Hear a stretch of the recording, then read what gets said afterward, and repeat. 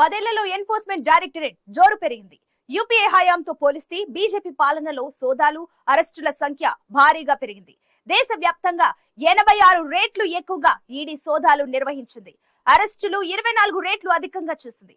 2014 April, 2024 మార్చి మధ్య అధికారిక గణాంకాలను అంతకు ముందు 9 సంవత్సరాల గణాంకాలతో పోల్చి పీటీఐ ఈ విశ్లేషణ చేసింది. ఈ డేటాపై ఈడీ అధికారి ఒకరు స్పందిస్తూ మనీ లాండరింగ్ నేరాలను కట్టడి చేయడానికి తాము తీసుకున్న చర్యలను ఈ గణాంకాలు ప్రతిబింబిస్తున్నాయని తెలిపారు. ప్రతిపక్షాలు మాత్రం రాజకీయ ప్రత్యర్థులను అణచివేయడానికి ఈడీని బీజేపీ ప్రభుత్వం వాడుకుంటుందని ఆరోపిస్తున్నాయి.